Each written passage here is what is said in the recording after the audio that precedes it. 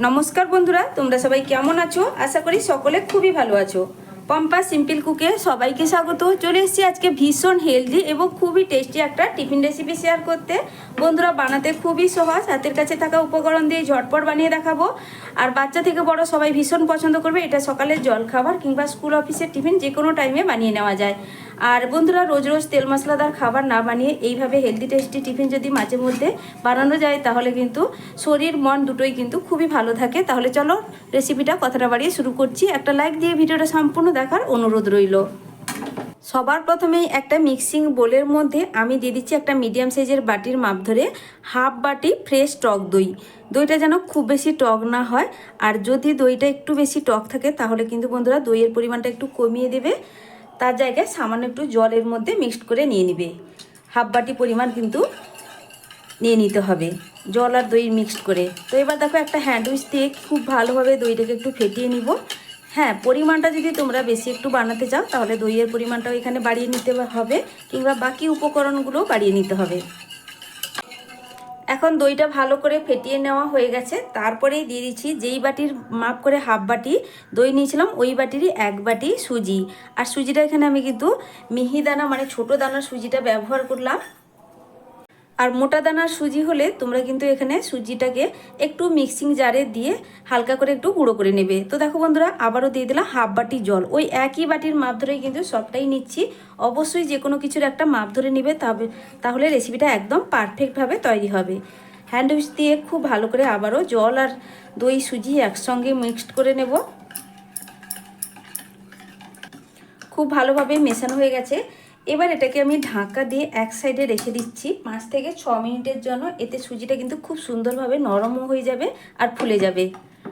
প্রায় 5-6 মিনিট পর আমি যে সুজিটাকে ভিজিয়ে রেখে দিয়েছিলাম সেটা দেখো বন্ধুরা ঢাকনা সরিয়ে নিলাম। আর আগের তুলনায় সুজি কিন্তু খুব ভালোভাবে এখানে জল টেনে নিয়েছে আর অনেকটাই কিন্তু ঘন হয়ে গেছে। এবার এই হ্যান্ড উইচ দিয়ে খুব ভালোভাবে আবারও একটু ফেটিয়ে নিব।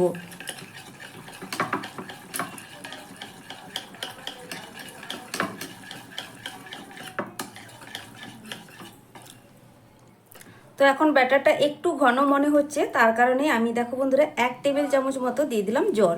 খুব বেশি কিন্তু জল দিলে হবে না, ব্যাটার আবার খুব বেশি পাতলা হয়ে যাবে। তো তোমাদের যদি জলের প্রয়োজন না হয় এখানে জলটা তোমরা দেবে না। তো আবারও খুব ভালোভাবে একটু এটাকে ফেটিয়ে নিব। আমার চ্যানেলে নতুন বন্ধু হয়ে থাকলে রেসিপিটা সম্পূর্ণ দেখার অনুরোধ রইল।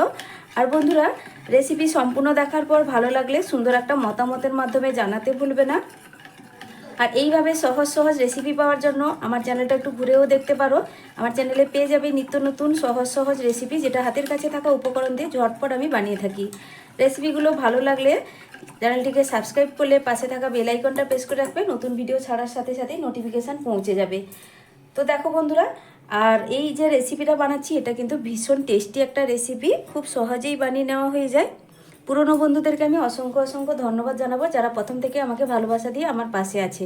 তো ব্যাটারের ঘনত্বটা এবার তোমাদের একটু তুলে দেখাই। এটা কিন্তু খুব বেশি পাতলা হবে না আর খুব বেশি কিন্তু ঘন হবে না। আর এই ব্যাটার কিন্তু খুব বেশি পাতলা হবে না, একটা থকথকে ব্যাটার ঠিক এইভাবে করেই তৈরি করতে হবে। তো চলো এর মধ্যে আমি কয়েকটা পরপর ভেজিটেবলস অ্যাড করব। এখন দিয়ে দিচ্ছি কিছুটা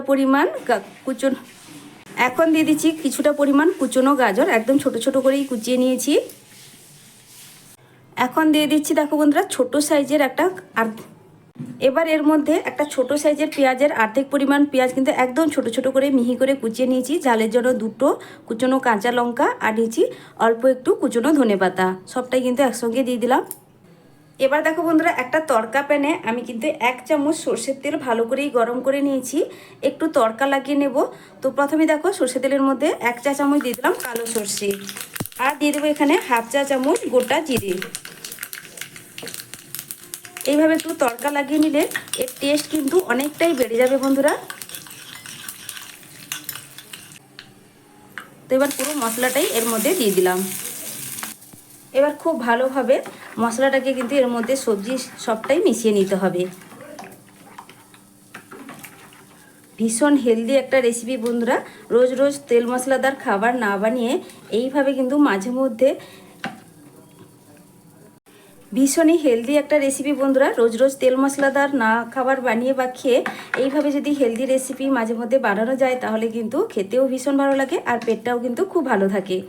তো দেখো মশলা খুব ভালোভাবে এখন মেশানো হয়ে গেছে। এখন দিয়ে দিচ্ছি স্বাদ মতো লবণ, আর দিয়ে দেবো এখানে দেখো বন্ধুরা একটা ইনো প্যাকেট নিয়েছি। এখানে কিন্তু পুরোটা দেবো না, ইনো প্যাকেটের অর্ধেক পরিমাণ ইনো কিন্তু এখানে দিয়ে দেবো।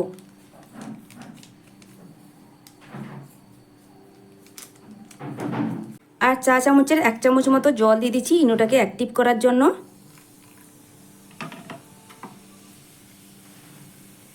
এবার খুব ভালোভাবে মিশিয়ে নিতে হবে।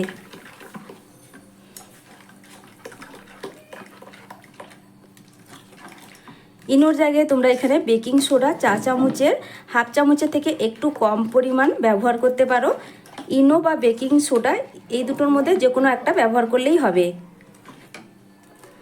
একদম রেডি হয়ে গেছে। আর ইনো যেহেতু ব্যবহার করেছি বা বেকিং সোডা ব্যবহার করলে খুব বেশিক্ষণ ব্যাটারটা রাখা যাবে না, সাথে সাথেই রেসিপিটা কিন্তু বানিয়ে নিতে হবে। এবার একটা এখানে থালা নিয়েছি, থালার উপর দিয়ে দিচ্ছি চা চামচের 1 চামচ মতো রিফাইন্ড অয়েল।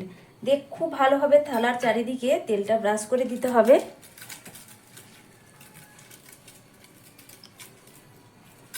এবার এই থালার মধ্যে বানিয়ে রাখা ব্যাটারটা কিন্তু পুরোটাই ঢেলে দিলাম। তো পুরো ব্যাটার কিন্তু এর মধ্যে দেওয়া হয়ে গেছে। এবার এই থালাটাকে একটু ধরে কিন্তু ট্যাপ ট্যাপ করে দিতে হবে, তাহলে খুব ভালোভাবে এই ব্যাটারটা সেট হয়ে যাবে।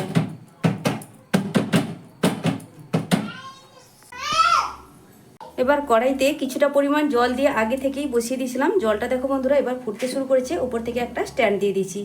তারপর ব্যাটার ঢেলে রাখা থালাটা এবার সাবধানে আমি বসিয়ে দিলাম। এবার ওপর থেকে একটা থালা ঢাকা দিয়ে দিচ্ছি। আর এই টিফিনটা ভাপে হতে দেবো এখানে 10 মিনিট।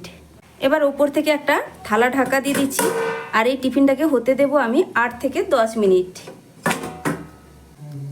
এখন পুরো 8 মিনিটের পর ঢাকনাটা সরিয়ে নিচ্ছি ওপর থেকে থালাটা। তারপরে তোমাদেরকে দেখাচ্ছি টিফিনটা ঠিক কত দূর হলো। এবার একটা টুথপিক নিয়েছি আর একটু চেক করে দেখে নিচ্ছি টিফিনটা পুরোপুরি রেডি হয়েছে কিনা। দেখো বন্ধুরা খুব সুন্দরভাবে তৈরি হয়ে গেছে আর কিন্তু একটুও কিন্তু টুথপিকের গায়ে লেগে যাচ্ছে না। এবার গ্যাসের ফ্লেমটা বন্ধ করে দিয়ে এই থালাটাকে খুব সাবধানেই আমি এখানে তুলে নেব। এবার সাথে সাথে কিন্তু থালা থেকে আমি তুলবো না, একটু ঠান্ডা করে নিয়েই তারপর তোমাদেরকে আমি দেখাবো। এবার এই টিফিনটাকে থালা থেকে আমি ছাড়িয়ে নেব। এখন কিন্তু বন্ধুরা অনেকটাই ঠান্ডা হয়ে গেছে। এবার দেখো একটা স্প্যাচুলা দিয়ে সাইডটা প্রথমে একটু এইভাবে ছাড়িয়ে নিচ্ছি।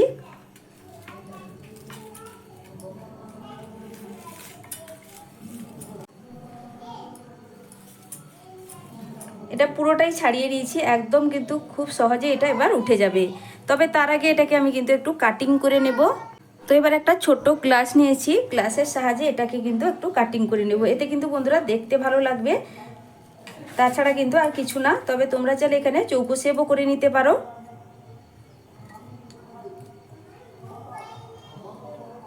ঠিক এইভাবে করে কিন্তু আমি এক একটা পিস রেডি করে নেব। এইভাবে ঘুরিয়ে ঘুরিয়ে একটা গ্লাসের সাহায্যে আমি এটাকে কাট করে নিচ্ছি।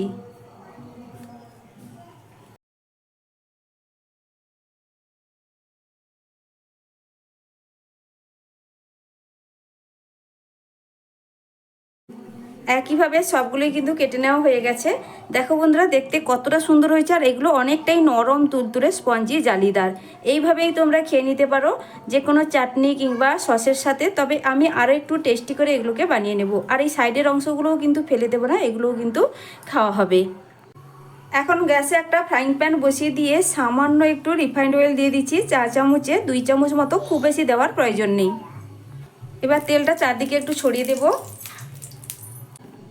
এবার এক একটা আমি টিফিনগুলো এর মধ্যে ছেড়ে দিচ্ছি।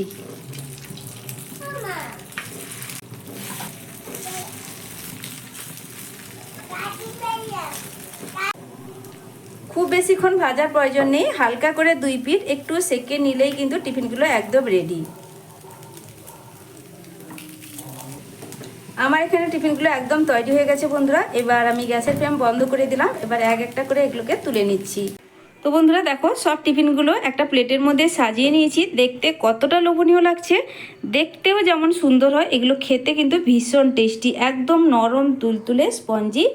তো বন্ধুরা অবশ্যই বাড়িতে বানিয়ে খেয়ে দেখবে, তারপর কিন্তু আমাকে কমেন্ট করে জানাবে রেসিপিটা তোমাদের ঠিক কেমন লাগলো। তো আজকের মতো আসছি, ফিরে আসবো নতুন এক রেসিপি নিয়ে। তোমরা সকলে ভালো থেকো, সুস্থ থেকো। তো এখন কিন্তু ভীষণ গরম, আমি তোমাদেরকে কেটে দেখাতে পাচ্ছি না। তো আশা করছি তোমরা দেখে বুঝতেই পারছো কতটা নরম তুলতুলে হয়েছে। তো আমার আজকের রেসিপি ভালো লাগলে চ্যানেলটিকে সাবস্ক্রাইব করে পাশে থাকা বেল আইকনটা প্রেস করে রাখবে নতুন বন্ধুরা এইভাবে নিত্য নতুন সহজ সহজ রেসিপি পাওয়ার জন্য। তো সকলে ভালো থেকো, সুস্থ থেকো, লাইক শেয়ার সাবস্ক্রাইব করে আমার পাশে থেকো। আজকের মতো টাটা, অসংখ্য ধন্যবাদ আমার রেসিপিটা সম্পূর্ণ দেখার জন্য।